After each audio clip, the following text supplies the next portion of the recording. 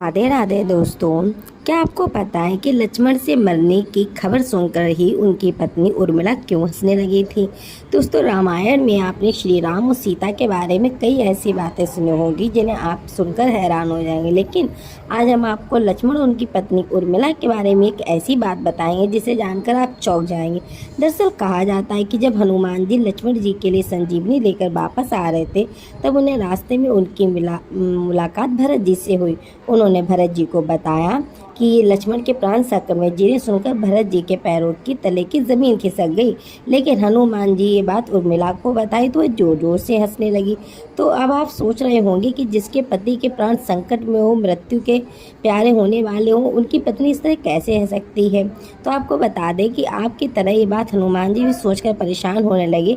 आखिर उनसे रहा नहीं गया, उन्होंने देवी उर्मिला से पूछ ही लिया, माता मैंने आपको इतनी दुख भरी बात खबर सुनाई है, लेकिन आप परेशान होने की बजाय हंस रही हैं।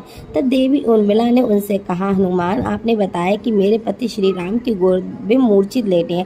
अब आप जो त्रिलोक पति श्री हरि की गोद में लेटा हो, भला उसके प्राणों को कोई कैसे हर सकता है। जिसकी रक्षा के लिए स्वयं महादेव ने रुद्र अवतार संजीवनी लेकर जा रहे हो, तो वो कैसे ऐसा हो सकता है। ऐसे मुझे मेरे पति की मृत्यु की खबर कैसे परेशान कर सकती है। मेरी पूरी सृष्टि उनके जब पूरी सृष्टि उनके सारों पे चलती है, तो आपके संजीवनी ले जाने से पहले सूर्यदेव कैसे निकल सकते हैं।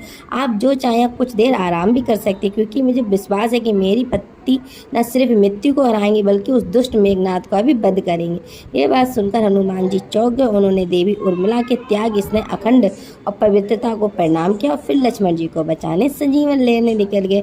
जब आपको उर्मिला के प्रति प्रेम से जुड़ी एक रोचक बात बताते हैं। मान्यता है कि जब लक्ष्मण जी प्रभु श्री राम माता सीता के साथ वनवास जा रहे, तब उन्होंने उर्मिला को एक वचन लिया था।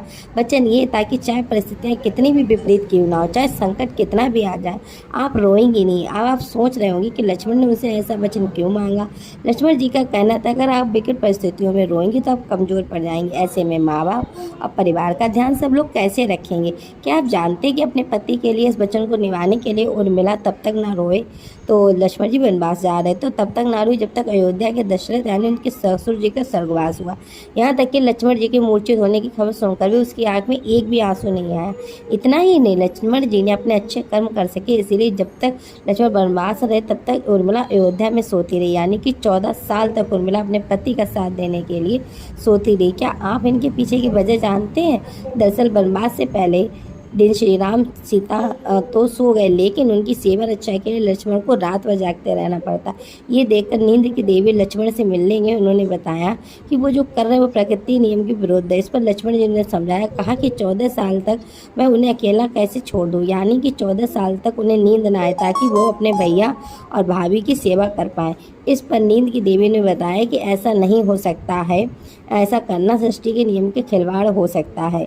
लेकिन लक्ष्मण जी की सेवा भक्ति भाव से उन्होंने बात मान ली। उनसे कहा कि 14 वर्ष तक मैं आपके पास नहीं हूँ, लेकिन आपके हिस्से की नींद का भार किसी को तो उठाना पड़ेगा। इस पर लक्ष्मण जी ने कहा, अयोध्या में मेरी पत्नी उर्मिला रहती हैं, आप उसे जाकर ये बात जरूर बताएं। नींद की देवी सारी घटना उर्मिला को बताई। जब उर्मिला को उनसे कहा कि अपने पति की नींद के भार वो उठाएंगी, तब उन्हें वनवास में रहेंगे, तब उनके हिस्से की नींद आप मुझे दे दीजिए। मैं अपने पत्नी धर्म को बाकायदा निभाऊंगी, जिससे मेरे पति को अपने छोटे भाई होने का धर्म अच्छे से निभा सके।